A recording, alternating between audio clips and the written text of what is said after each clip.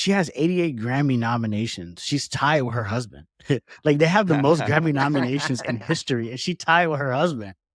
88 Grammy nominations. Household competition, the little household competition. Who's gonna Like get who's gonna end up with the most Grammys? it's both of her last 2 tours have grossed over $250 million. Like when she goes on tours, she's earning hundreds of millions of dollars in revenue because her production company is actually the company behind it. 1, 2, 3, 4.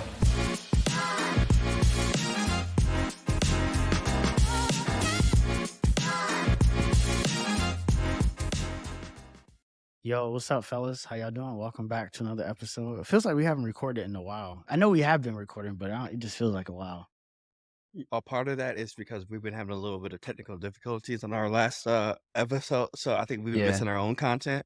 I've been feeling, and hopefully our listeners, I know a couple of them have knocked on my door metaphorically about we're feeling that too. But we'll be back with multiple episodes. I think we'll probably drop 2 on y'all. We building up a deep library for sure. I'm excited about it. Facts. I had somebody. What's going on, Brian? What's new with you? Not much, man. Man, there's been a lot going on. Obviously, everything happening at the gig. I got a few plays in the works, actually. As always. Yeah. They should be good. We're going to pull them through, so we don't speak them in existence. But I also had somebody today ask me, like, hey, man, when the next episode dropping? And so it's good that we back on here to talk our talk. Yeah. Sometimes people gotta miss you for a little bit. You feel me? Is that what it is? Sometimes that's what they say. They say you can't always. That's true. Look, they do say distance makes the heart grow fonder. Distance makes the heart grow fonder. That's the old saying. That's what they say. Yeah. You feel that. You know what I'm saying? Something you need all of a sudden goes away. You start to feel that after a while. Hopefully that's Beat the Odds pod for y'all. But y'all, I know I've been doing all right. Just, you know what I'm saying, working through just life stuff, definitely focusing in on health in general, but then also just maintaining business stuff. But outside of that though, we got on. I think Dre mentioned that you went to the Beyoncé concert. So I know I went with my girl, I believe maybe 3 weeks ago in LA, and it was crazy. And so I want to know how'd it go for y'all? And it was packed. It was for sure. Yeah. First off, I got to go back to like when we even started planning to even go, which was back in February. So this has been in the works for a minute. And at the time that like she approached me, I was like, hey, I want to go to Beyonce concert. I like obviously knew who Beyonce was and like listened to Beyonce, but I'm not gonna lie. I didn't really follow Beyonce. Like I thought you said you asked her. I thought you said, hey, I want you. I thought, okay, let's clear that up real quick. I was like, you went to okay. Nah. I was like, you went to your wife and told her you want okay. No. I wouldn't say I wasn't a fan, but I just didn't I didn't know much. I would hear her music and listen to it and be like, all right, cool. But obviously I'm a fan of Jay-Z. I'm a fan of Hov, so of course I can respect his art. So when she came to me and was like, hey, I want to go, I'm like, all right, cool. So about a month out, she was like, yeah, what outfit you wearing? I'm like, I'm just gonna pull something out the closet. What you mean? No. She's like, no, you gotta wear silver. I'm like, wait, what do you mean? So then she started showing me all this stuff on TikTok, and I'm seeing these rules. I'm seeing like everybody is the crazy part is everybody was like following. Everybody was like participating. Nobody was resistant. Nobody was like, oh, this is too much. No, she overdoing. Nobody said that. Everybody was just like, hey, that's what she want. Cool. And so I was like, all right, cool. So I get my outfit or whatever. And I'm gonna be honest, to call it a concert, I feel is like a little bit underserving what it really is, because it's not even a concert. It's like, to me, it's like a production. It's like, it's a show on steroids. Like it's something I've never experienced before. And this is like my first like real concert or real like in-person event like this. And it just super exceeded everything. Like the amount of time that I can imagine that went into producing that was insane. Like the quality was just crazy. Like you can see why like She's just where she is and just like the best at what she does. Like it's just you can't produce something of that magnitude and like people have the excitement, the social excitement around it, and you not be like actually doing something good. And yeah, I was able to witness it firsthand. And I was like, shit, I want to go to She's another great. one. It's That's how good it was. I know you felt like, damn, like you see it, like when you go to those shows, I know you feel like, damn, this is why she's here. This is why this person's here. I was like, you know what? I spent so much time, thinking about Hove and like Hove accomplishments and how inspired I am by Hove. And I'm like, wait a minute. I'm like, bro, his wife is dope. I'm like, bro, what she is doing on the side is incredible. Now I'll start looking more into her business and just what's happening over there, bro. The Renaissance tour is like is the highest grossing tour. One of the highest grossing tours by a female artist. That shit has done almost over 500 million in ticket sales, which is insane. It was projected to do almost 2 billion, which it could actually do that. It's going to beat Taylor Swift, which is like pretty popular. Of course. That's wild. It's insane, bro. Like when you look at her career, I was just doing a quick peek over her career. She has 88 Grammy nominations. She's tied with her husband. Like they have the most Grammy nominations in history, and she tied with her husband. 88 Grammy nominations. Household competition. The little household competition. Who's gonna end up with the most Grammys? It's insane. Even her last two tours, both of her last two tours have grossed over $250 million. Like when she goes on tour, she's earning hundreds of millions of dollars in revenue because her production company is actually the company behind it. And so it's actual revenue that they're collecting from ticket sales. Entertainment. Yeah, exactly. Yep. They're behind it. And obviously they have partners who are collaborating with them and helping them, but they're primarily behind it and producing it. And so those ticket sales, the merchandise sales, all the revenue cuts, the streaming, I'm sure she's going to cut up the content that she's producing. Cause again, it's incredible content that's going to be probably distributed on Netflix or HBO or Apple TV, whatever it may be. And so, yeah, all of that revenue comes back to her essentially. Yeah. I'll put like this. The story started a while ago with me, with my girl, me and my girl too. You know what I'm saying? I think probably around February or so, or whenever that happened. I had forgot that it was even coming up.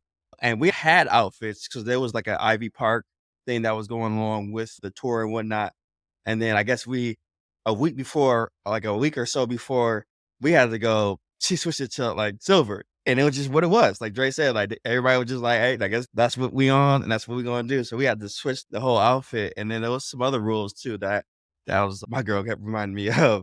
But it's crazy seeing like the whole thing. But what I kept wondering the whole show was she can perform for hours and hours, like effortlessly. Like now I'm not saying I've been to 30, 50 concerts, but I've been to enough, right? From J. Cole, Drake, Ye, etc.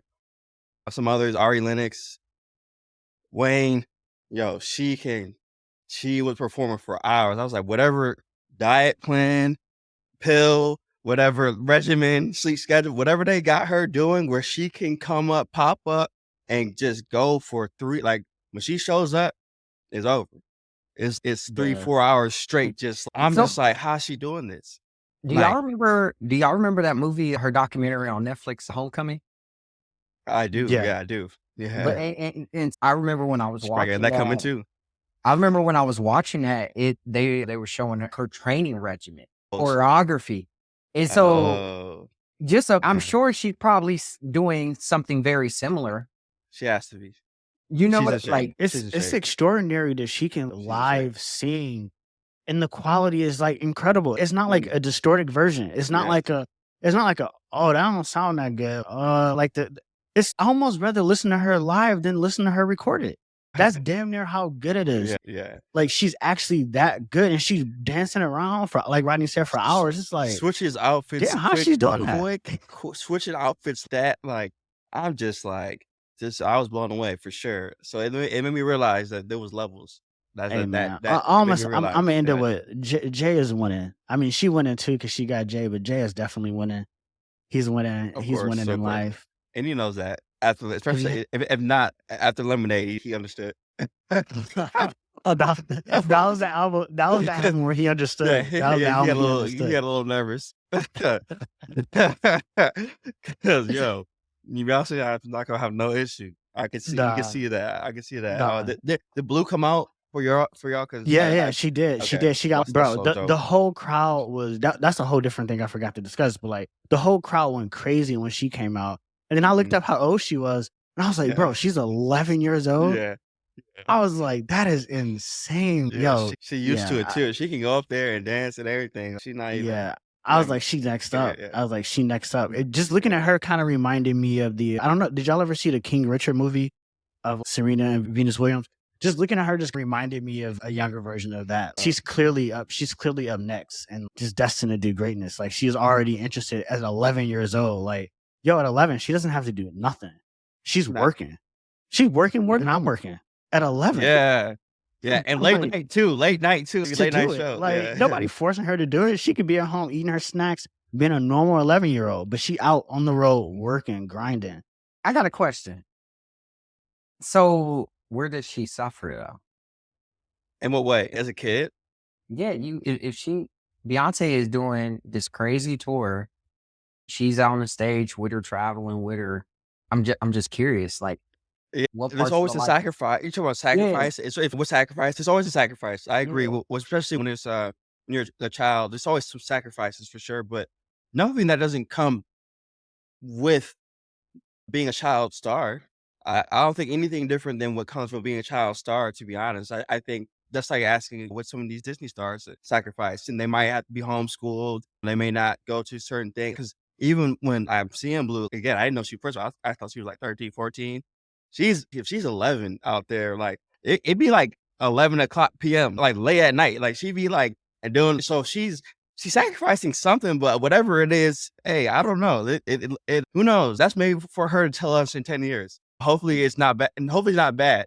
Hey, look, that's for her to tell us when she becomes an adult. You feel me? The We beauty don't of it know.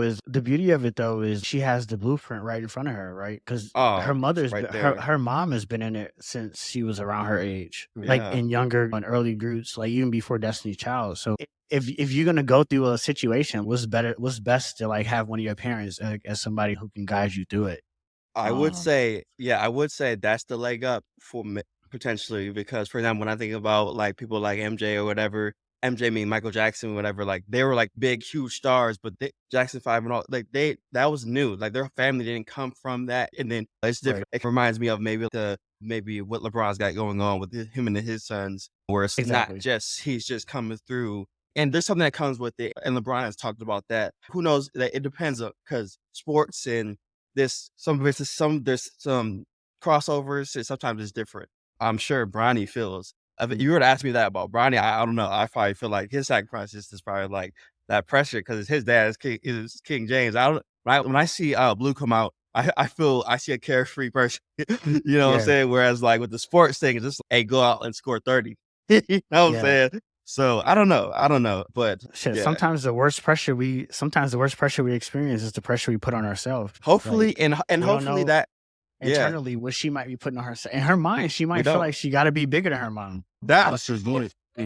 which would Yeah, be I'm sorry. hard. Or better yet, her dad. Shit, it's not her dad is not well accomplished.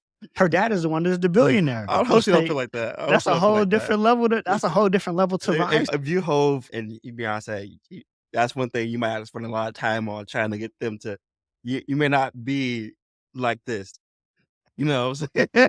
You can explain. Like, You can explain that to them, bro. they But still like, won't hear it. yeah, I feel like naturally they just in their heads, kids just do that. I feel like we always comparing ourselves to our parents. You know what I'm saying? Whether our parents Yeah. amounted to nothing, whether they Mhm. amounted to something, or whether they amounted to everything we think there is to amount to. Yeah. It looks like the WGA, with the writers' strikes, has come into tentative agreements, so they're not all the way done yet. As of yesterday, we started to hear some rumbles about it earlier this last week, but it dragged out into over the weekend. Seems like a good sign. Tentative What was the though. resolution? So here's the thing. As far as what I'm reading, I don't see it's what they're saying is that it sounds like a majority of the things that they wanted are there, but it's tentative. So because it's not all done yet, I think it's hard to say exactly, but what I do want to point out was something ironic and a little ironic is you guys are familiar with the fact that the actors also went on. There was an Actors Guild that also went on strike as well in solidarity with the writers. And now that's a separate thing too.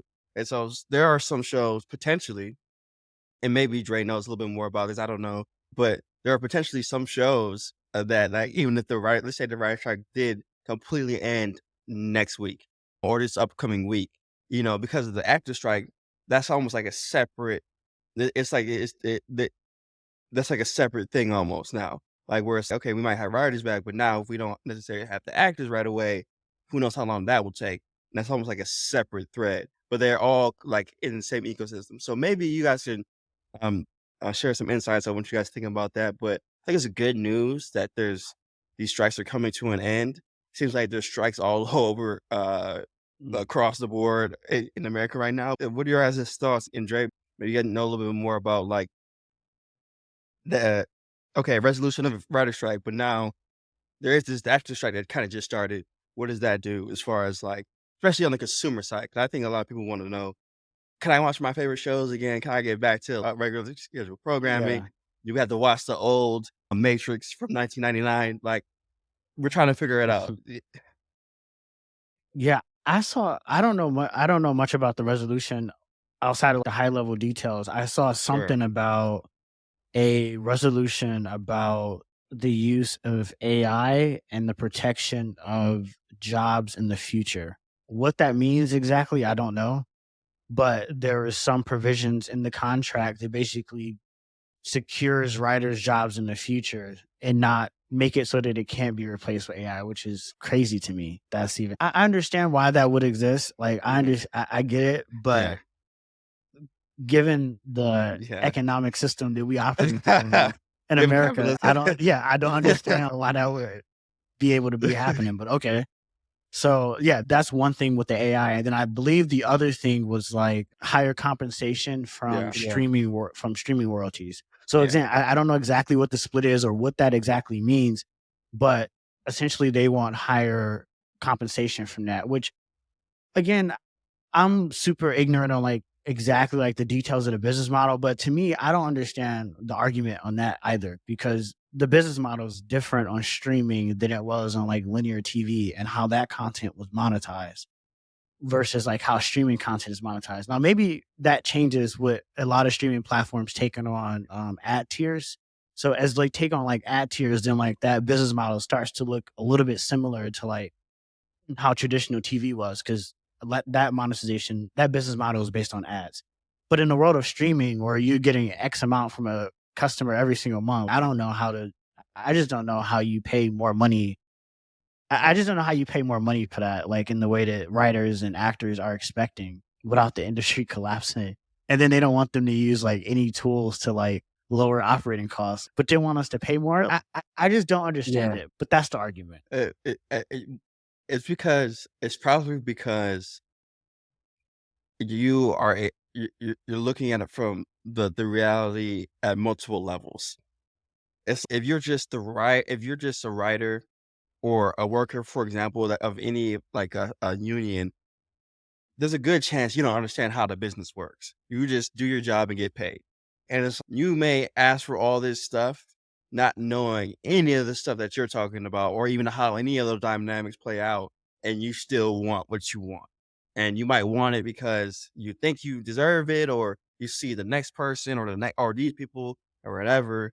And I think it's important though that people understand though that it it's not always, though, the evil business people trying to fuck people over. That's not always what it is. Just sometimes it's I think even Jay, you might have brought this up with the restaurants, for example, with, like, essentially lowering costs. If they require certain restaurants to raise the pay, that's gonna fundamentally really affect a lot of the restaurant business, and they may not be able to operate the same way. You know what I'm saying? And and I don't know. And maybe some of the consequences of that is that there's less jobs and they're higher paying, but maybe there's less jobs. I don't know. But I find it hard to see how people are preventing against automation.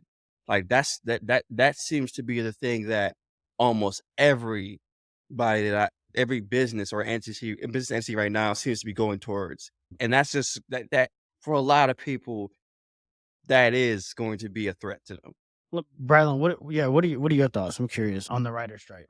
Yeah, I'm gonna be honest. I haven't paid much attention to this, but I agree. I agree with what you were saying in terms of just like the economics, but also what Rodney was saying around like the whole perspective that is being missed here, at least when it comes to the business. And so I'm just reading up on this and some of the stuff that they were demanding. It seems like a good short-term solution, but in the long term, yeah, are they really going to be able to protect themselves? Especially from the perspective of like producers, right? What are like, let's be honest, what are production companies' true incentives? One, to want to pay you more, but then two, not want to speed up things, especially as streaming becomes more competitive and streaming is dominated by content.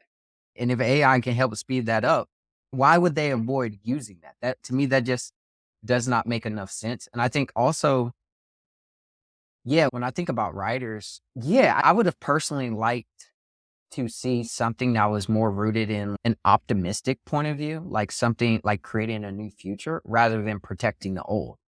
And it seems like that's not what is here. Oh, And so it almost seems like a Band-Aid to me, if I'm gonna be honest. Let me ask you this. Let me pose this question. Because so I was telling you guys before hopping on, like I was reading the Elon book, right?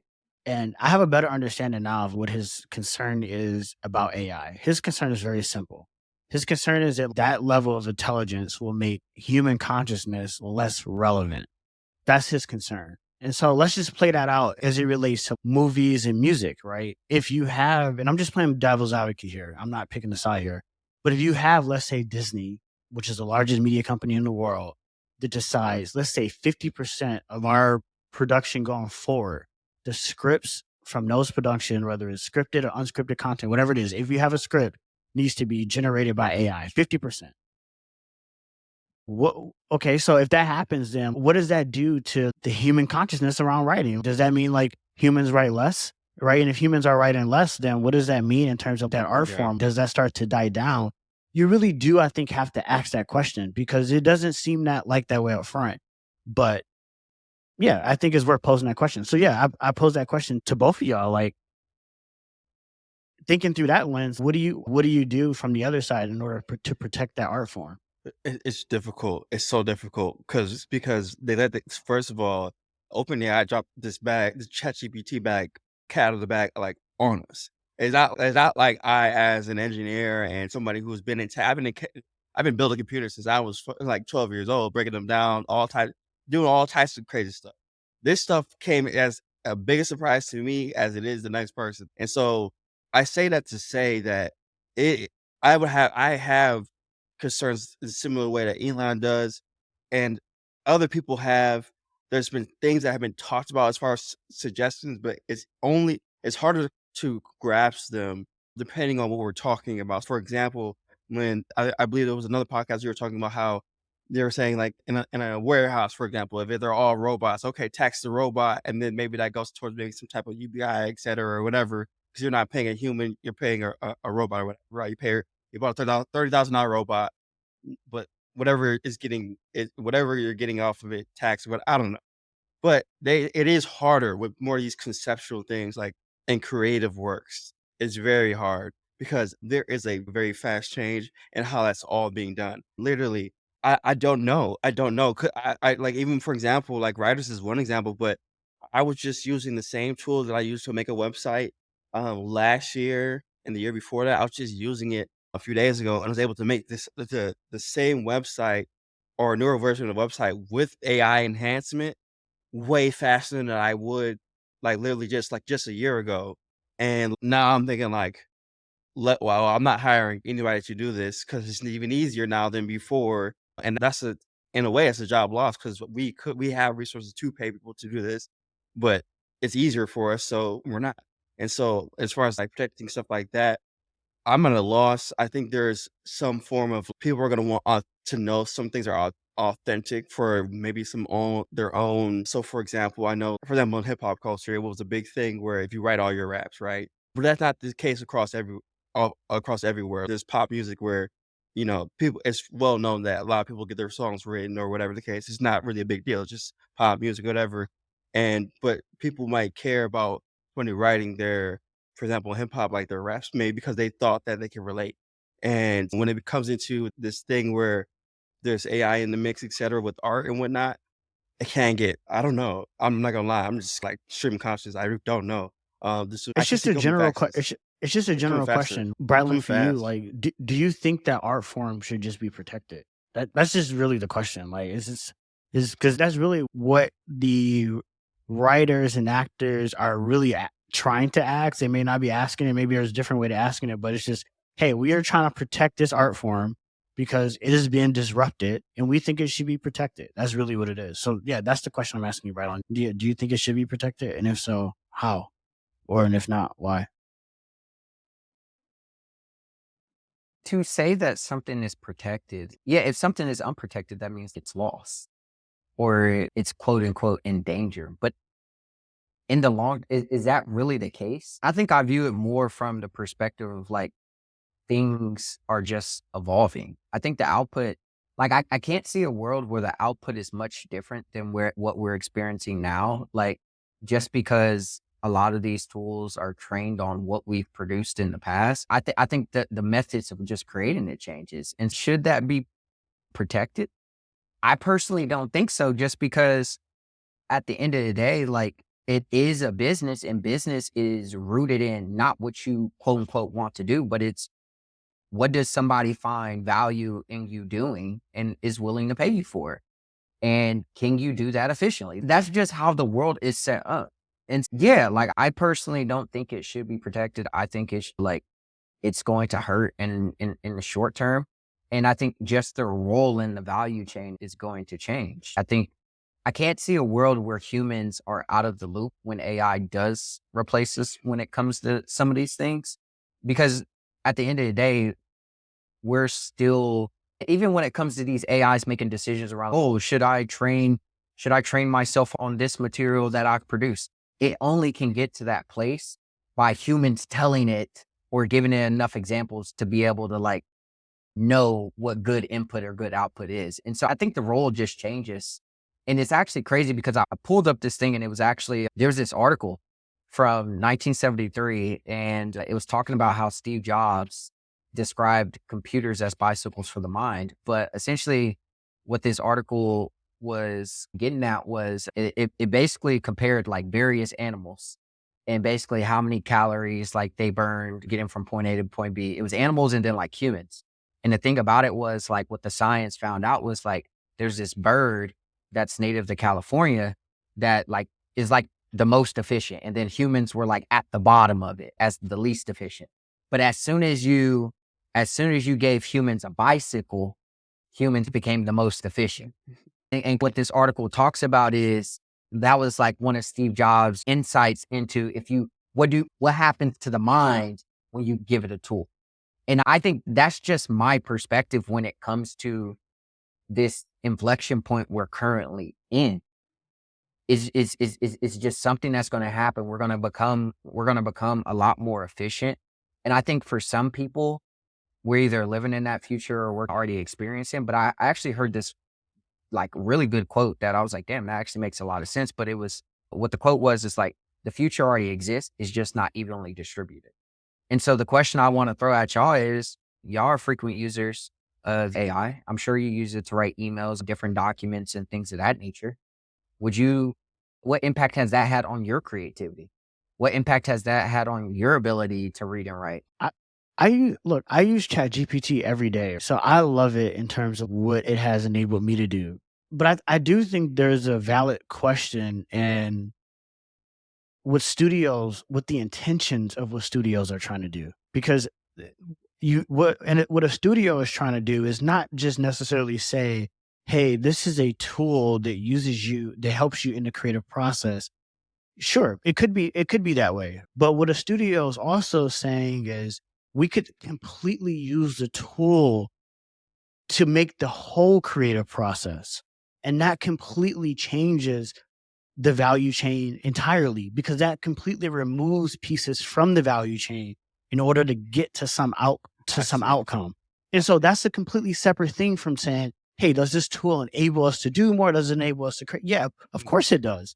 But it also, we have to be honest around the economic impacts of what these tools allow us to do, because AI in terms of just creativity isn't enough. AI that actually helps drive down inefficiencies within organizations is incredibly powerful. And that's really the next era that we're moving into, where we're getting ready to go into. And we've already talked about it with Tesla bots. That's obviously the hardware form of it, the human form of it, but it also comes through software. And so I don't think we should diminish how studios are thinking about it. They're businesses, right? And if a large percentage of their revenue is gone towards paying for labor, especially labor that is striking, labor that is fickle, labor that always wants more money all the time, it's not unfair to think about how do we cut this labor out. And so the question is, if studios are doing that and they're also responsible for the distribution, then does that perhaps kill the art form itself? Meaning like humans actually like contributing to it. Yeah, maybe. sure, absolutely. That's a good point. That's a good point. It could dilute the art in some ways, Exactly. like how some people feel like to a certain extent, music has been doing that before the AI, but not even with it. And it was interesting is that no artist group is a monolith. So there's a lot of people that don't want they want to keep the essence of art. There's also those groups that are curious about this stuff. And as Yuri was talking, it started making me realize that even though I don't I'm not as happy. I love open source models and whatnot because of the ability to create stuff and have more customization or uncensored models. In which case, for example, like right now, you couldn't write a great horror film with ChatGPT because it just was just going to censor it. It's not going to be able to give you what you need. It's not going to write out a bloody scene. It's just not going to do that. But with these open source models, especially there's been some that have been more tailored towards storytelling and uncensored, etc. So they'll give you a full range, and it's starting to make me realize that maybe Meta has a point, because then now the landscape has to change. Because if that is true, that essentially studios are gonna, which is likely one, we know they're thinking this. We know they're trying to lower the cost. We're just trying to now think about at what point and how they're going to try to do it. It's not going to be in the most blunt force obvious way. I can see that. But let's just assume they've completely cut off the human part. There will have to be other places. And maybe that's what's inspiring maybe a lot of these traders in X for right now. Because for example, them having that a full blown episode, being able to post full-blown podcast episodes, hours long, or being able to post, like Apple posted the first episode of a new show that had come out. They're the first to ever do it on X. And maybe part of that shift of where that platform is going is almost like acknowledging that we may not be able to trust those larger creatives, may not be able to trust those larger brands because they might turn into a full-blown capitalist machine because maybe Netflix cracks the code and they create their own model and they have the resources and everything and they've taken out just a lot of people in that process.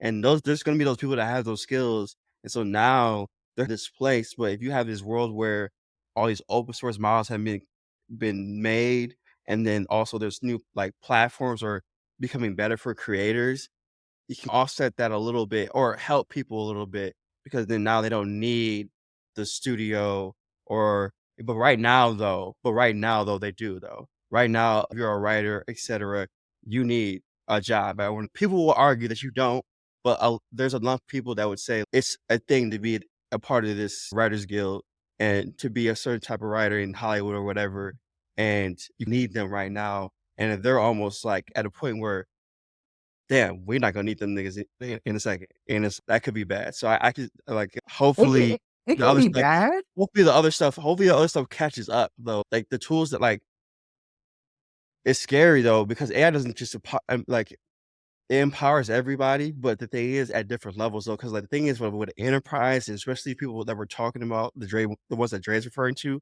they just have just a lot more resources, and there's gonna be some time delay before you can get everything you need to be an independent, maybe writer or producer. But I can see a future where people who are independent, etc., and maybe once were writers or actors or whatever, are empowered by these tools and can get their own thing started or whatever. But it's just like the time between that. I don't know. Like I don't know how bumpy that road is. But I do see the main concern. I can see that off jump because it's no different than what other businesses are doing. Yeah, like yeah, we all know this. This is not a matter of yeah, creation. This is a matter of yeah, distribution, right? Movie yeah. studios are empowered because of Exactly, their ability to distribute content. exactly. So yeah, you can give a person all the tools to create all night and day, but if they don't have the distribution channels, then it just doesn't matter. So you're right. Yeah, X.com is definitely hopefully one of those trying, platforms. Obviously, YouTube is one of trying. those Yeah, platforms, but yeah. and maybe I know. that's where the opportunity space is for founders, is like rethink what does independent distribution around content look like. And obviously Yeah, there's several people that have tried to crack it, but I do yeah, think that is a very important question, because yeah, that type of content is just going to become more meaningful, because I think over time we're just going to yeah, see less of it. And again, maybe as consumers we may think we like it, but honestly when I think about it, it would actually suck to me if I'm consuming so much content that's just generated by an AI model. Yeah, it may be yeah, good, and yes, yeah, it may satisfy yeah, my mind at that moment, but I actually do respect like human art. Like we talked about me Beyonce at too. the beginning. I Yes, respect that. And so I respect yeah, like those writers that sit down and actually use their imagination to actually create a story and walk me through it. And yeah, I can appreciate what Chat GPT can generate as well, but it's something about the human element that I really But respect. somebody, I do. the art that they have to somehow Yeah. get the Hold art on. right. No. Let Yeah, Brylan, let Brylan go. Go ahead, Brylan. this is the thing too, because I think Rodney makes a really good point around like just open source, which is the the the means of creativity aren't necessarily changing. Like these writers are still going to be able to write, but instead of distributing it, passing it down the value chain to producers, things of that nature, like they're just going to be passing it to an AI model to be able to do that more efficiently for them. Like they only can write so fast. Like they're limited here. I actually feel like the biggest threat to writers are going to be actors, because actors are very similar to athletes in my opinion. And I think what you're seeing happen across sports, it would not surprise me if it happened across in entertainment in general. And here is why. Like when it comes to just that TV movie business, Netflix is just another Netflix. They just happen to have all the content, right? But we go on to Netflix to watch certain movies because they have certain people like Denzel, etc. Guess what? They own that IP too. So they own not only them showing up in the show, but all the words and everything that they said, the scenery, like they own just as much. So they not only actors have distribution as well. Think about the Will Smiths of the world, the Ryan Reynolds, the Ryan Goslings, those type of folks. And so not only do they have the distribution, but they also have the original creativity of the writer. And so I'm like, actors are the ones that no, but folks should be. do you think the time is ticking on actors though too? No, I don't. No. And here, I think Facebook is about to knock it out of the park. And what Facebook, they've been talking about, they're getting ready to release like their personal chatbots. But one of the other updates that they're getting ready to roll out specifically for entertainers, actors, and athletes is the ability to clone your persona based off of like the data that you give it. Mhm. The Yeah, fact that we're starting to see these models go multimodal is extremely important. it is crazy. Extremely important. And I think actors are going to be the biggest threat to all this. They're in the best Wait, position. so how do actors stay protected? I don't understand that part. Because I I don't. think you're Actors, missing you're missing the other inputs that it takes to produce a movie. What's happening in CGI, what's happening in computer graphics, what's happening. There's a bunch of stuff happening that could potentially make actors less Yeah, relevant in the future. I, So I, I'm I just think curious, yeah, it's what the do actors data. say? It's the data. So chat is, yeah, it's the data. And the reason why is they own a piece of that IP. Like actors are. what data are you talking about though? So say for example, like Training Day. Okay. Denzel owns a piece of Training Day. He can go. Why is that? Why? Sure he may, but bro, there's so many other actors in Training Day other than Denzel. Exactly. Like all those actors that are in Training Day, bro, don't own a piece of Training Day. They're not getting those crazy royalties that Denzel is necessarily getting. So no, this isn't about the royalties. This is about if they like you may not be getting the crazy royalties, but if you can leverage content, me as an actor, I may not be getting those crazy royalties, but if I can leverage that content to be able to train a model on that, why wouldn't I be in a better position? I may not have as big as a following as Denzel, but Denzel cannot. There's many reasons why you can't. Wait. Let's take a step back. Denzel does not have right to just take Training Day and just start training a model to produce other content. That's not how that works. That like he doesn't have the right to do that. As an actor, like you just because you're getting royalties for something, like you can't just take it and go do that. Like you're literally signed over image and likeness to these companies in order to go out and license and distribute content on your behalf, and in exchange they give you a royalty. That's not ownership. That's just a royalty. Like it's just like rent being paid back to you. So who really owns that are the actual studios. It's the same thing in game publishing. It's why esports is like the market can't really be what it needs to be. It's because the people that actually own the biggest position is the people that produce the content. It's whoever owns the IP. That's who wins. Like that's it. And in the case of entertainment, Denzel does not own Training Day. That content is owned and licensed to him, and he's paid a royalty for that. But he can't just go and do what he wants to do with it. I'm not gonna lie, distribution is also a big deal. That no matter what part of it, it's distribution is everything, and we know it because there's consumer product. It's everything. Yeah, just even when we think about, for example, like just our startups or just things we make ourselves, like you can have an amazing product, distribution, like whatever, no matter how you made it, somebody else made it, but distribution will literally kill everything. And even if there's a million tools that make my job easier, if I can't get that distribution part, and so maybe the landscape somehow changes in the distribution part. But as it stands right now, you have to seemingly like people. There's a reason why people want to be on Netflix and they want to be on Hulu. Like they might have a movie, but they don't just. It matters where they want to put, like where they put it, or where they get the license to. That's remember with Dave Chappelle. This happened with Dave Chappelle. Prime example, right? Yeah. The Chappelle Show. They put the Chappelle Show. I think we all know they put it on Netflix and HBO, all that, because Comedy Central owned it, and they just did whatever they wanted to do with it. And Dave, what the fuck? I'm not even getting anything from this. It's just ruthless the way intellectually property as it relates to media, like movies, film, music. It's weird to me how like the creators get, but again, it's all in the contract. They sign these contracts. If you sign a contract giving over 100% of your intellectual property and like this, it comes down to that thing that happens with music too, right? It's like people ask like why they signing life over to Diddy, but it's you go to Diddy, you know it's gonna get played a certain amount, and it's hard to turn it down. And also, it's not just that they give you they give you some type of incentive up front, but they know they're getting the bigger person is getting the bigger, and basically it's the same way in startups too, though. Honestly, it's the same way. It's the same way in startups. Like we look at these other industries and we criticize them, but it's the same way in startups. When you take venture capital, there's senior debt. You know what I'm saying? Like there's senior debt that has to be paid back. OpenAI released some crazy, I think some significant updates. They dropped that at 6 a.m. this morning. Early in the morning. I bet the Amazon Alexa team was scrambling, reading through everything because they got some challenge. They got some competition now for sure. That's what it looks like. What's going on there? I know Anthropic, they took some money from Amazon, so they were. I love that Amazon and Anthropic. There's just a lot happening in this. I love the Amazon and cloud move.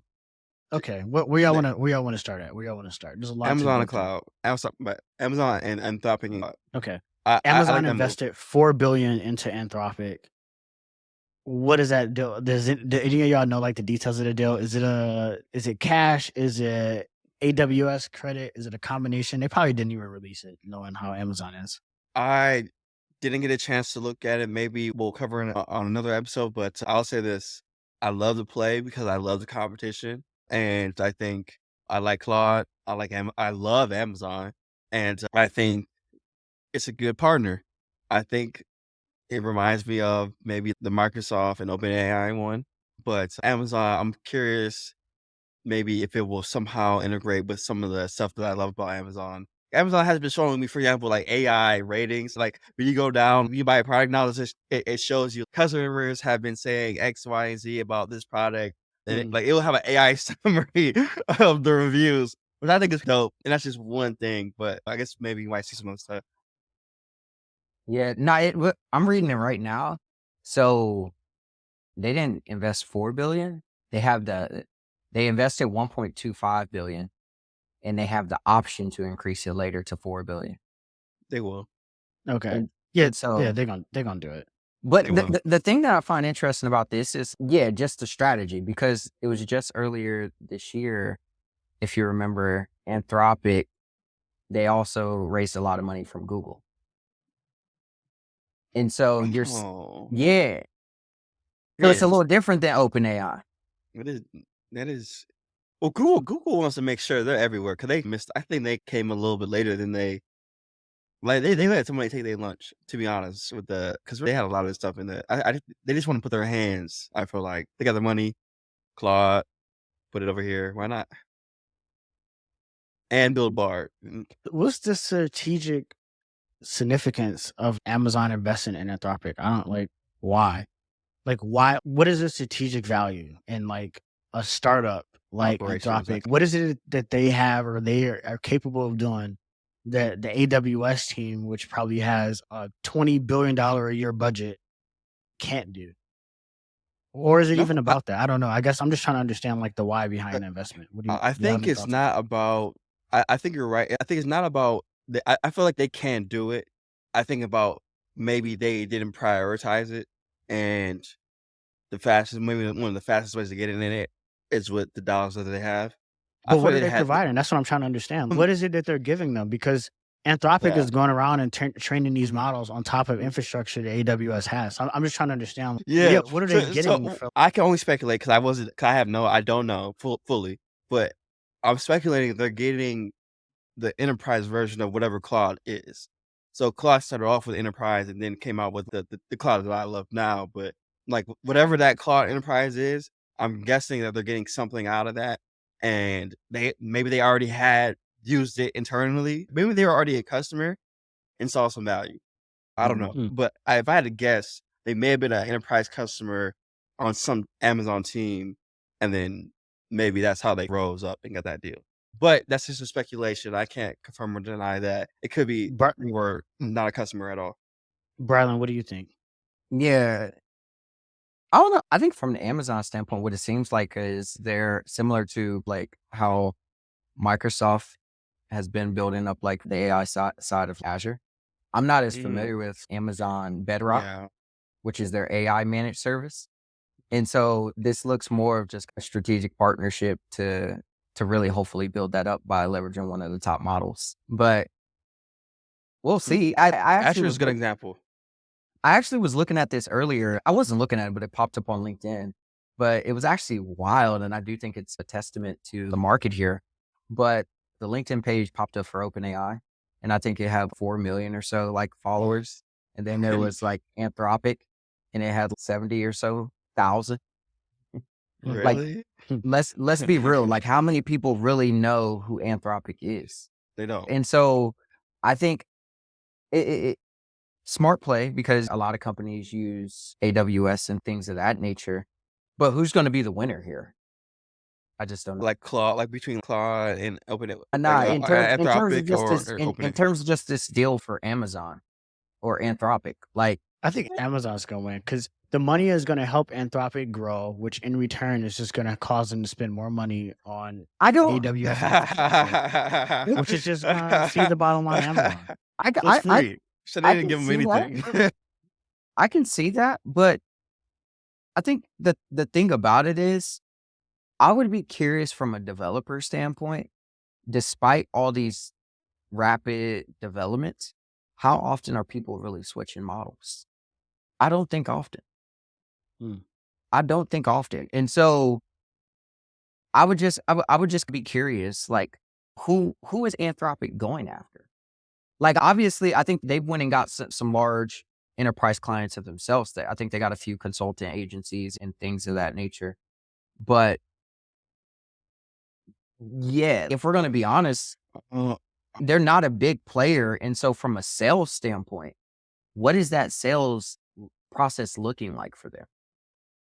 That's so, okay. So I think if you're saying, are you saying that Anthropic as a company, like outside of the deal, are you saying Anthropic, you're wondering about their long term in general as far as their sales, or like how are you looking at it? Are you looking at it like OpenAI, Anthropic, I'm gonna and be whatever? so it's looking to me very similar to just the buy now pay later split pay like space.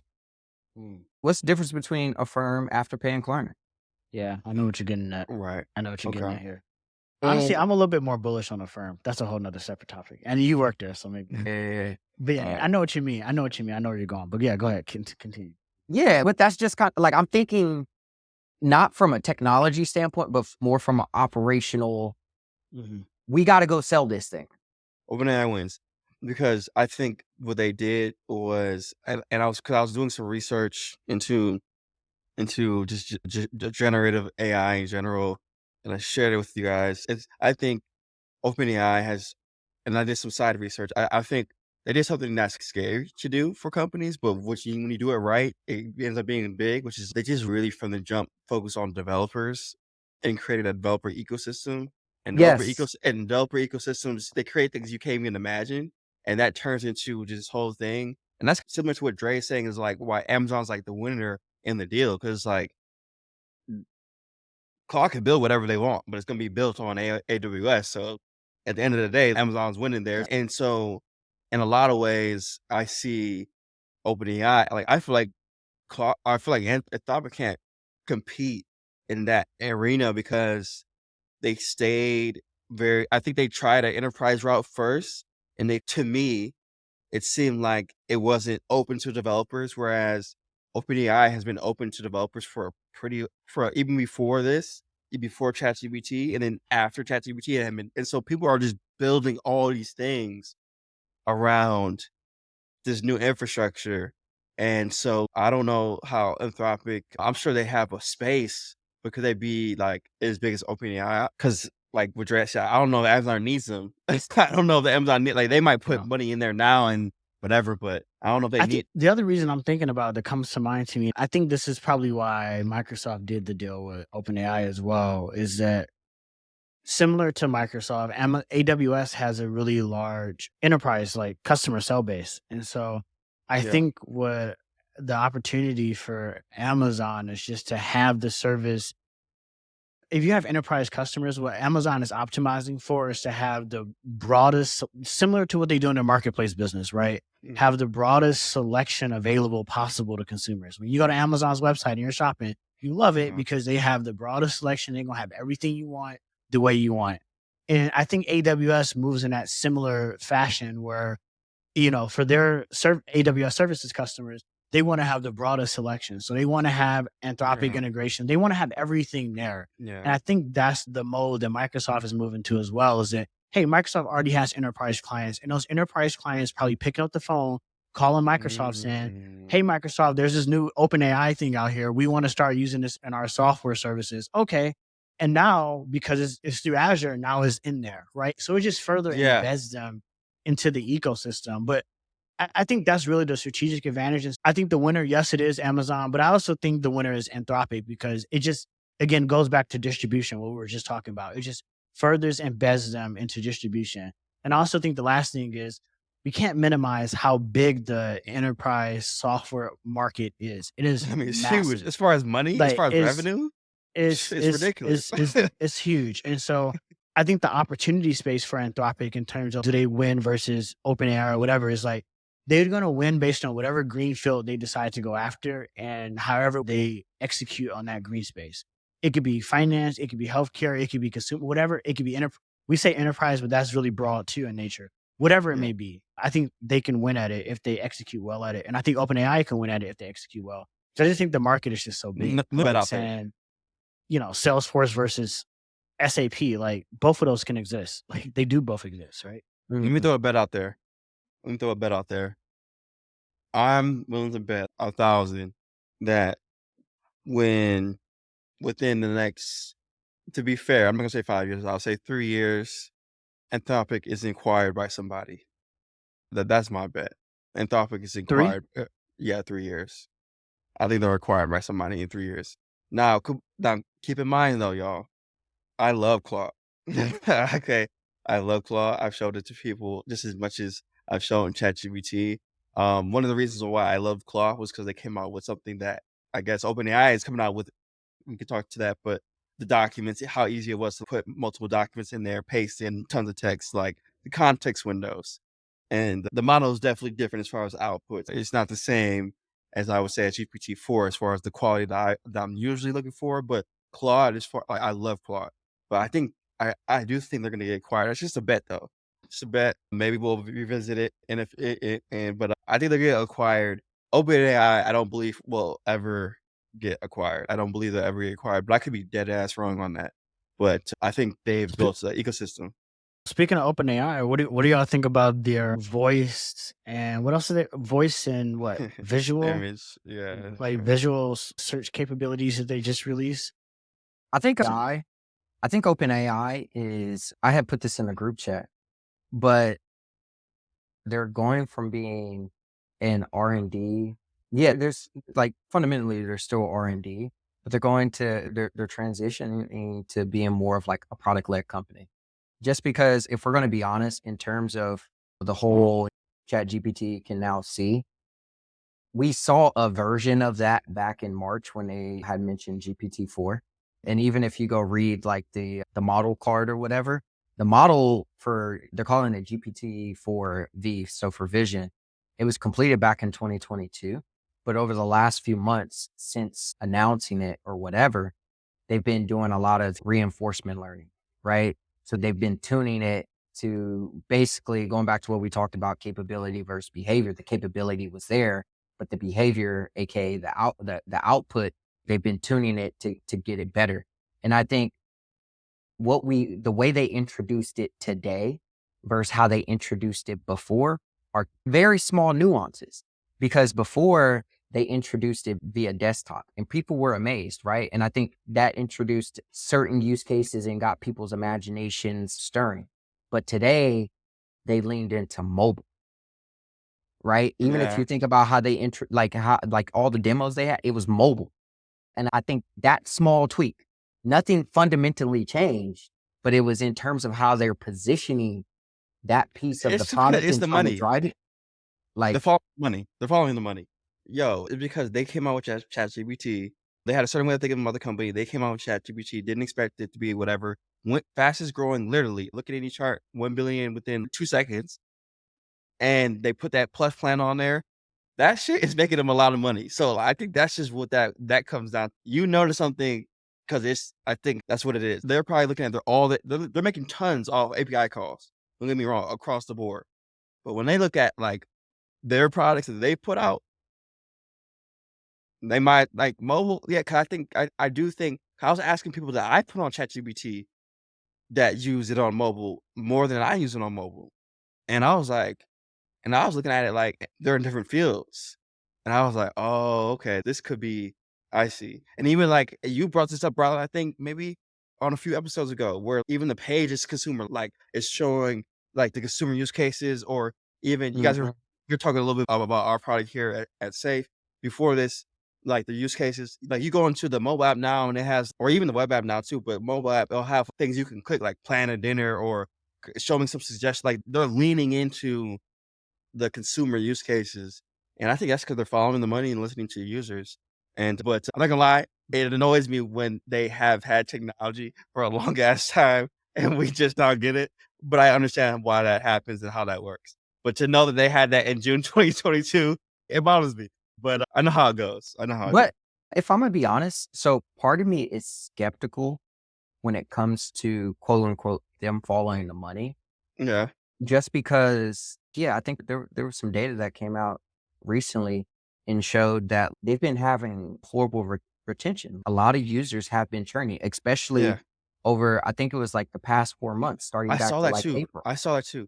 I saw So that to too. me, I can see I saw from one some. perspective, them doing this is more of a Yeah. retention play, potentially to I flatten saw that things. too. I saw that too. I'm gonna I saw question. too. I'm gonna question that because, and on the same note of that, revenue. If you look at revenue, has been increasing, right? So Crazy. revenue was going up like crazy. They're on almost $1 billion run rate. So They can't turn retention it can't highway. be retention can't be slipping that much because Let's they're in be the, they're honest. in the How money. much how much of that is coming from consumers versus enterprises? It doesn't matter. It doesn't matter. The use of the product is being used. Like revenue, because of the way their business model is, it is very easy to kind of correlate revenue and retention and usage of the product. It's very simple, even if it's on the API side, because if their API revenue is going up, that means more people are using those products to integrate with their API. That's the only way that their revenue will go up. So that's just what it is. So it doesn't matter how people are using it. The reality is people are using it. So whether people are experiencing it from... Even those products are facing... So their revenue but those products are even facing retention issues. So here's the thing. But so then how does revenue continue to go up then? Like how do you face retention issues and the revenue is continuing to go up? Because in the short term, you have a lot of this hype is driving people to try things. And so there's this huge bump. But let's see this thing play out over the long term and see if that thing starts to drop off. Is retention going down? Let me ask you this though. Do you think retention is going down? Actually, do you think some usage is going down because of the way because some people would argue, like based on some of the feedback that I've been seeing on different communities, Twitter and Reddit and all these different ones, some people would argue that, for example, some of their friends, these are anecdotal, so just take that for what these are anecdotal. Some people are like, their friends stopped using it when they defaulted the mobile app to 3.5. But when I showed them like to switch it to 4, which I think they put behind the gate. I don't know if it's back limited or whatever, but when they got the GPT-4 answers, they were like, it changed for them. And then also I would like to see numbers, because to Dre's point about the overall business, at the end of the day, if they're ultimately seeing stuff, revenue go up, amazing. That's a different point than what I was making, which might not be right, which is that I'm just assuming that the mobile product is doing very well. So maybe it's not they're following the money. No, but if they're not, if the mobile product is not doing that well, to Dre's point, ultimately, if the whole shit is doing API calls, then they're straight as a business. Now, I don't know the ChatGPT numbers, but what I'll say is this: they do seem to care about this ChatGPT product. And by the way, I noticed something about how people are phrasing users and retention and stuff like that. That stuff matters. But a lot of the products that they're comparing it to were like social media products where no money is coming up front. You know what I'm saying? There's absolutely no money coming up front. So to me, it wasn't fair to because this is not fair to compare it to Instagram, Snapchat, and like to me that's not. I see what people are saying, but they need those certain type of numbers for ad businesses. They're getting straight subscriptions. I don't think they're like, I'm gonna be honest. It's different, bro. In the way that you have to measure it. No, it's different. But in the short term, things are going to look very good. We're in a crazy ass hype cycle. But I think even that Sequoia article called out the fact that retention and the way things seem. I wish I put comments on that article though. What they didn't do is they didn't put no comments on that article because I had some thoughts. But that's because everybody is assuming that retention needs to be at 100, like max hype cycle retention in order to be a good business. That's not true. I don't care what industry you work in. You cannot tell me $1 billion revenue business is not a good business. Like in any world, that's a great business. And so when people argue retention and how retention is slumping, they're comparing it to the highest peak in the mountain. So if you compare anything to the highest peak, retention dropped. Facebook retention has dropped. Uber retention has dropped. Name one thing that's still at the highest peak. They all have dropped. So this is a classic thing that happens in software in general. AWS had the highest penetration out of all cloud software. It eventually started dropping. Their revenues can't continue to go. That's just large numbers. That's just any industry. So I think a lot of the heat that OpenAI is getting, maybe some of it is warranted, but I think it's missing context. because it's being compared, like Rodney said, to a social media app that's free when you can't compare it to that. Like you just simply can't. Like you got to compare it to similar products in similar space. And when you compare it to that, who's next up? How much is Google making off of their AI business right now? We don't even know. Is it close to what OpenAI is? Maybe. Like you gotta judge a Google search differently than you judge a ChatGPT. Like because like how they make money is different. It's just you have to judge it differently. And maybe that's another conversation, but like people on Google's making money because they're seeing ads. So they need to have certain metrics. Like certain metrics falling is a sign of failure because they have an ad-based, visual-based thing. Like ChatGPT is making money whether or not I'm using the app or not. I don't need to be on ChatGPT all day for them to get to $20 every month. You know what I'm saying? So it may like the numbers, like they need to be really like it's hard 'cause I have this feeling that all the numbers are not accessible to us as they shouldn't be. Oh, absolutely not. But We're like probably looking just at false numbers. yeah, but just if we just think about the idea that for Twitter, yes, they need you to stay on that bitch. They need you to be on there. Google search needs you to be searching and scrolling for an answer. They need you to do that. The ChatGPT or they don't need you to do any of that. They need you to come on. They need you to make a subscription and not cancel it. Like even if you weren't using it daily, that might look bad on statistics. Like, but it may not necessarily require a daily usage. Like basically what I'm saying, it's just like this is it's actually just surprising to be honest that you had a productivity tool like this to even get that meteor like it's I hard wish to they even were. I wish they were a European company because in Europe, I don't know if it's just specific to London. I know at least in London, they have a rule where like private companies have to post their internal revenue numbers. Even if you're a private company, like, similar to like how public companies do it. I forget what they call it, but they have a process where you have to post like your internal revenue numbers because I think OpenAI should be transparent about it, but you can't ask them to be transparent. I think if they were transparent about it, Brylan, people, you notice the change to focus to consumer. If you're saying they're not following the money, what do you think they're following then? Because they are putting more effort towards the mobile app. I do think they're doing that. I think what they're following is, I think me personally, I think that they're following a strategy to stay relevant for the long term. I think in the short term, they've probably started to, if not, they're probably close to the peak in the short term and shit looks relatively good compared to other players, as y'all have mentioned. But when I look at the consumer play, I would be surprised if they're making real money off of ChatGPT subscriptions. I personally don't think that I think most of the money is probably coming from the developer side, but even the developer side is low key being cannibalized in some way by their business.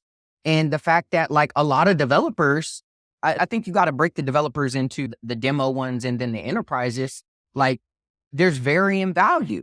And so when it comes to the consumer side, and when I look at OpenAI, I think the mobile app, if I'm OpenAI and Sam Altman, the reason why I'm pushing ChatGPT and the mobile app is because even if most of my money is coming from the developer side, I cannot use any of that data to train and better my models, right? And so most of my training has to come through ChatGPT. So regardless of this not being in the same business of a Google or IG, it has to compete long term, and for the models to continue to improve, it has to be up there. Okay, gotcha. So you're saying that it may not be that that it's the killer $10 billion app. We don't know the numbers, but you're just saying, simply put, though, they are taking this product and basically just going through the process of build, iterate, and feedback because they need. The app is literally a scaled version of human, like literally reinforcement learning, human feedback. That's literally all it is. And I don't think it's going to turn into a good business. Like it's for what they've raised, that's not going to be a huge business for them.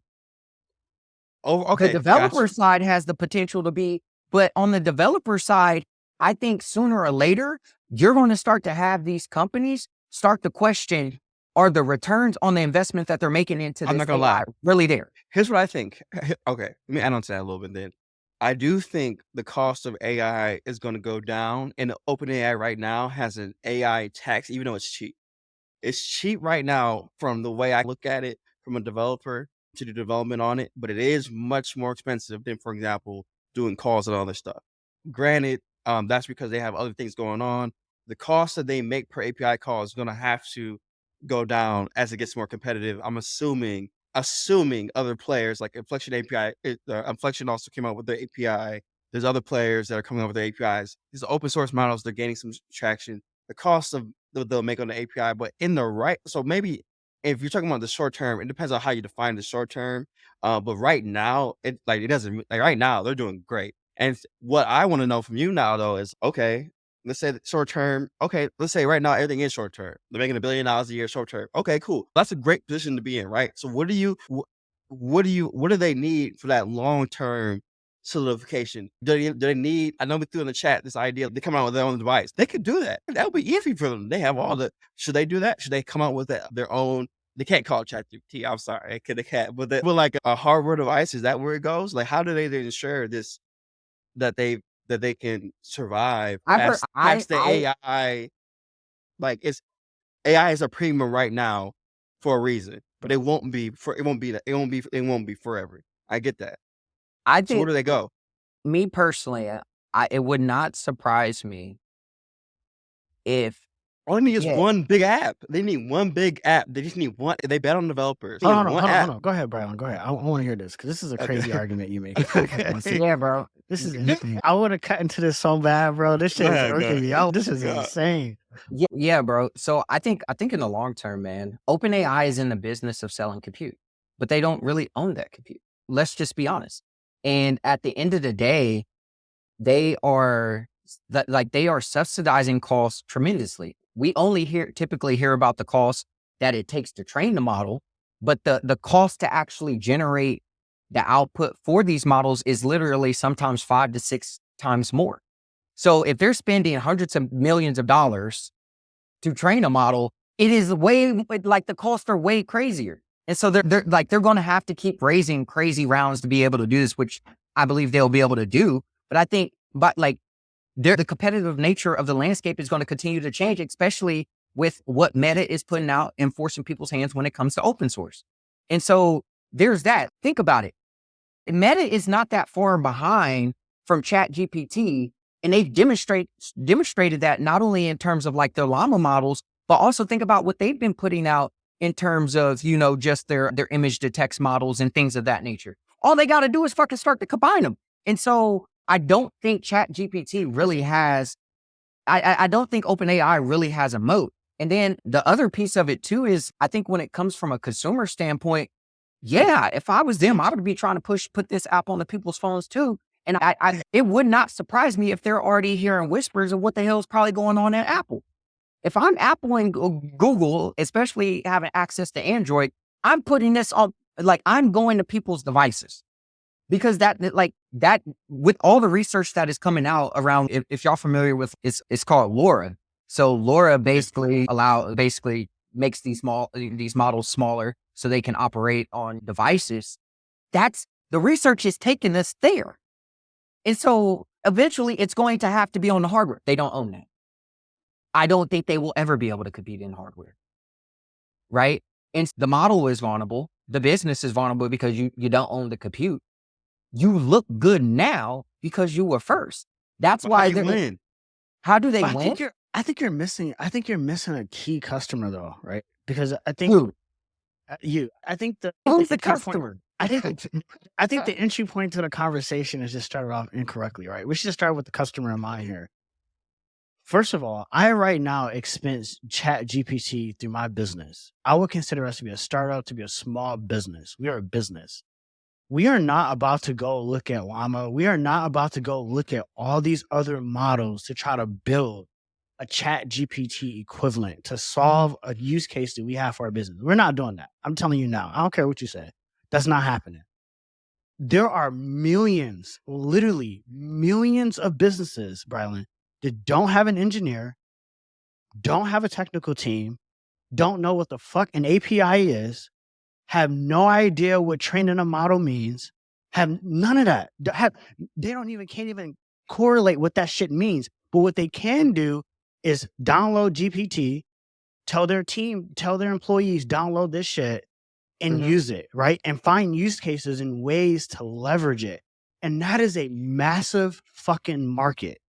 And so, sure, maybe you don't go after the hardest, most technological companies because, yeah, those companies understand that there's all these open source models and they can build cheaper and they can do all that because they have the resources and capabilities. Cool.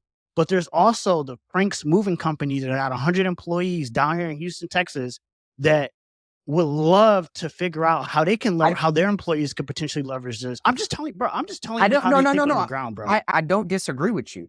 But what is going to end up fucking OpenAI in the long term is their capital structure.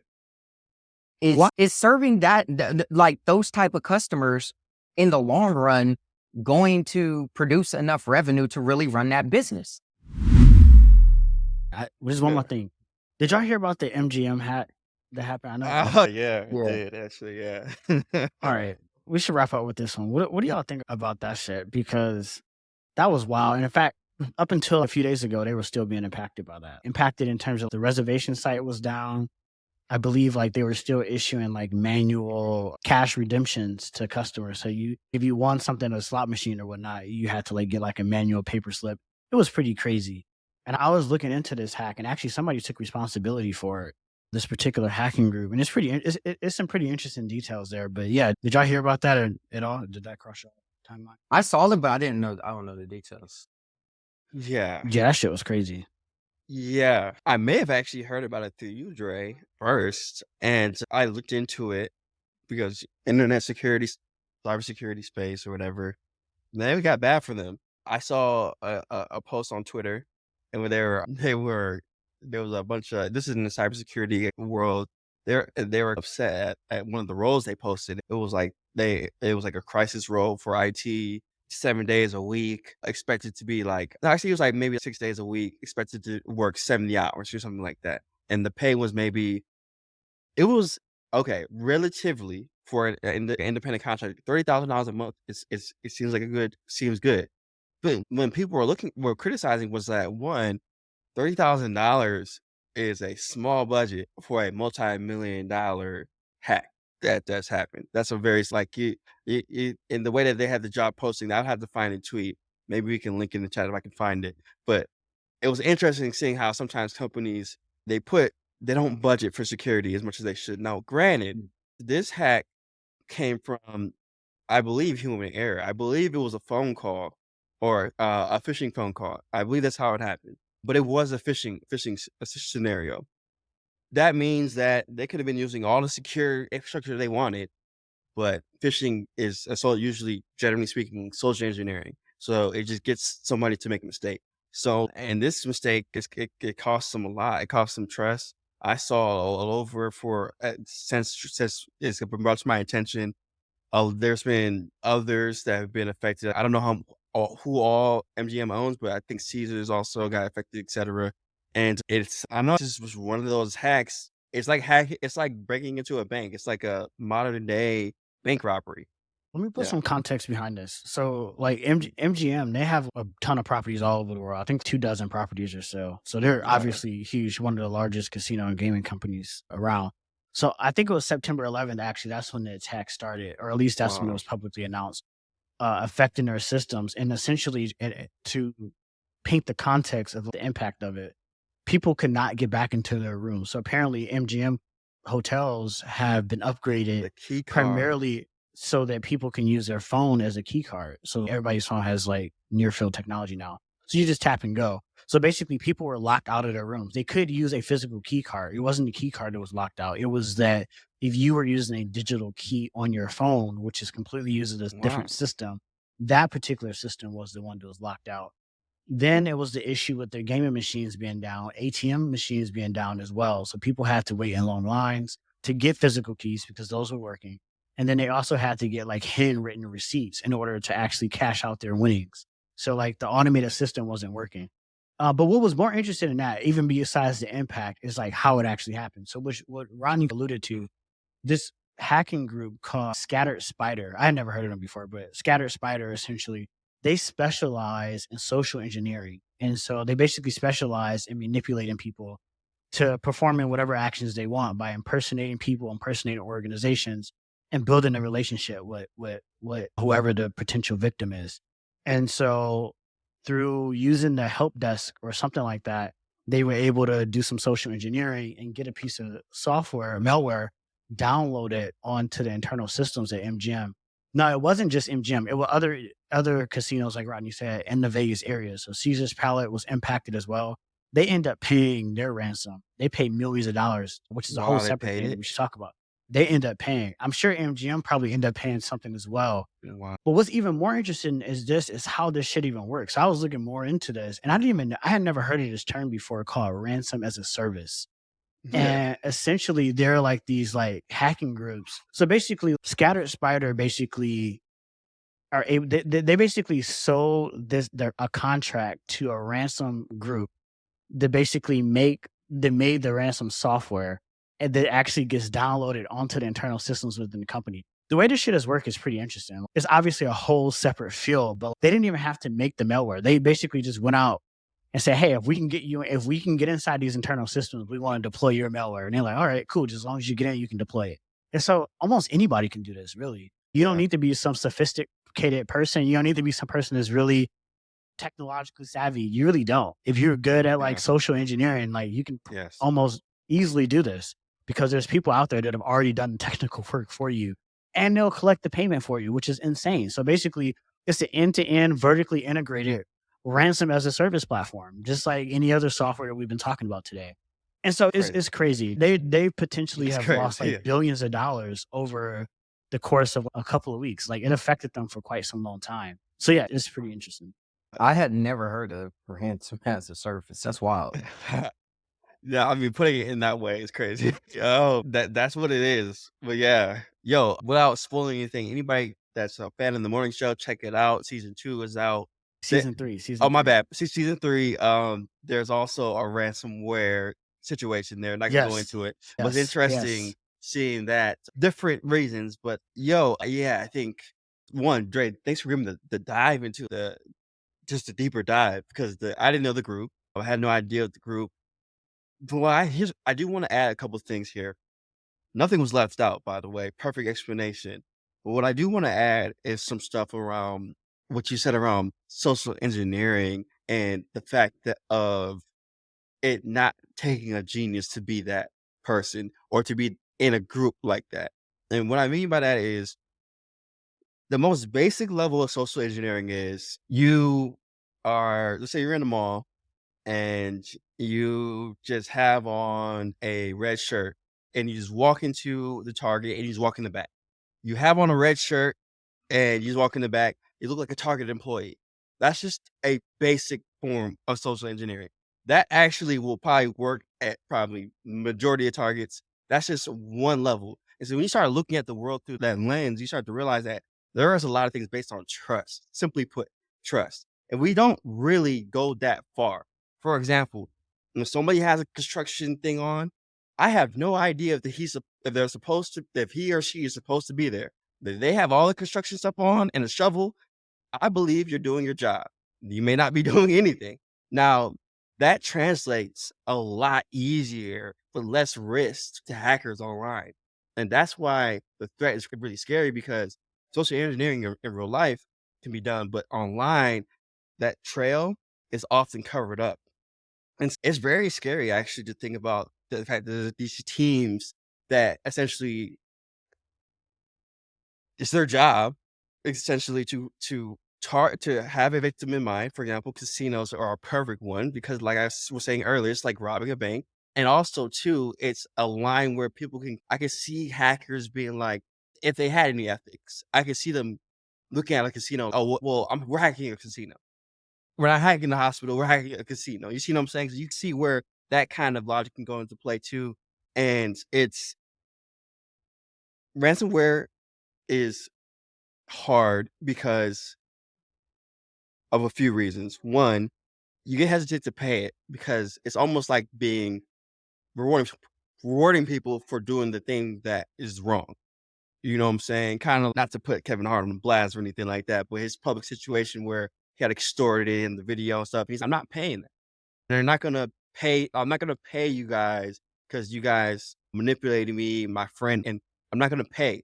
right? And I understood the ultimate principle. Now, that's one individual, though. He was willing to deal with consequences. With a large company, MGM, or even a smaller one, because this has happened to, one of my doctors had to pay like a $40,000 Bitcoin ransom. These things, because they'll end up they'll get in, and sometimes they don't always are not known always at first. They might be in, and sometimes hackers will be in a system for a year, 2 years. Like, they might just be learning. They might not even do anything. They might just be trying to understand the organization, etc.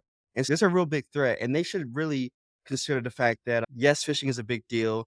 There's many vectors, but crazy hack.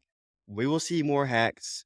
If they did pay those ransoms, we're definitely going to see more hacks, because it's just like a business. If it's ransomware as a service, yeah. Companies are paying now. Like, my father-in-law works for Procter and Gamble, one of the largest Yeah. consumer product companies. They make Tide and Yeah. Charmin, a bunch of shit. Oh, they're paying. And he was telling me a couple years ago they got hacked, and he works on the IT side, and they paid. They end up paying. Too. And of course they make some changes or whatever, but they had to end up paying. And so the reality is companies are paying. There's a whole insurance industry behind it now. Like MGM, even if the business pays, like, it's more than likely insured. Like, they probably have ransomware insurance, most likely. Yeah. So one of the things, they're most likely covered. So it's just probably somewhere else it's like being hit or affected Well, by it. But honestly, I think companies should treat it like a natural disaster. Like, you can't prevent the next hurricane or the next earthquake from coming. Like, this is gonna come. What's gonna happen? they It's need only to gonna treat get it like crazy. that. It's going to get crazier, and hopefully people's information. I think that what happens,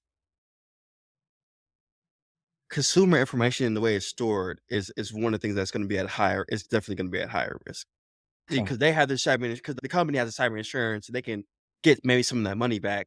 But like, once that data is out, depending on what it is, It's out. yeah. But that's a crazy insight. Basically, it's their full-time job to prey on companies with vulnerabilities, and the tools are getting better. It's pretty scary. It's pretty scary. But I got just one thought, and then we can wrap up. And I know before the podcast, we were just talking about like quantum computing. And so a lot of these systems aren't protected against those possibilities. And so I'm actually curious to see if quantum computing, something that is generalized traditional computing today, where we all have pretty similar computers, or is that going to be something that is restricted to a few groups of people, where maybe there's a license or something that is necessary? Because if that's the case, like, these groups are already hacking large companies with traditional kind of computing, what does that look like when, like, they can get past any system with ease? Yeah, man. Yeah, we're gonna have to end the podcast in a second, because there's a few things. I'll just say one or two things. There's a pro and con. And by the way, I want to say the start with ransomware real quick. The interesting thing about ransomware is that it's used with a tool that's actually meant for good. So, for example, I might have my own set of public and private keys to secure my data, right? But I have the private key, so I can always unlock it and decrypt my data and use it. Now, here's the thing: when you do ransomware, you get inside someone else's computer. Now, if you lock their stuff up with your private key or a private key that you've generated, now they can't open their information without the key. So they sell the key back to you. Right? So they put yourself in a cage, and then it's like somebody robbed your house, put everything in a big safe, and said, "Okay, look, you want the combination? Do you want the combination?" So basically, so keep that in mind. Quantum, it can break encryption, but it also can be a deterrent to even hackers because of the way that it works. By the time something's even observed within a quantum system, it's already changed form, in which case it'll be much harder for people to be able to get access in between, right, in the way they do now. You know what I'm saying? So there's a blessing and a curse there, because if certain people have quantum and other people don't, then quantum's it can crack a lot of cryptographic things in theory. But if more people are on quantum, then there'll be an emergence of different problems. But essentially, you won't have that peer in problem right now, where it's like you peer in on traffic, and then you decrypt or whatever the case. But with security, it's the same across the board. Like people need to understand conceptually. Just like, for example, I can use a gun in my home to protect myself. That same person can use that gun, turn around and go outside and start gun violence and do all whatever. Like these tools are usually flippable and a lot of times. So quantum is going to be an interesting one. And there is currently a race towards it. And they maybe have, I don't know if it's with AI and quantum or not, if that's in the same conversation, but quantum right now may not be getting the light, but it's a race amongst countries. For those reasons, it's very powerful. And to be honest, the United States needs it as soon as possible, because if we don't, critical systems would be, it's like a national threat. It's that serious. So yeah, I just want to put that out there. But thanks for bringing that up, Brylan. Quantum is important, but it's complex and it's a race. It's like the race with AI, but maybe a little bit more important. I appreciate that breakdown. Yeah. All right, let's wrap it up, y'all. All right, y'all. 1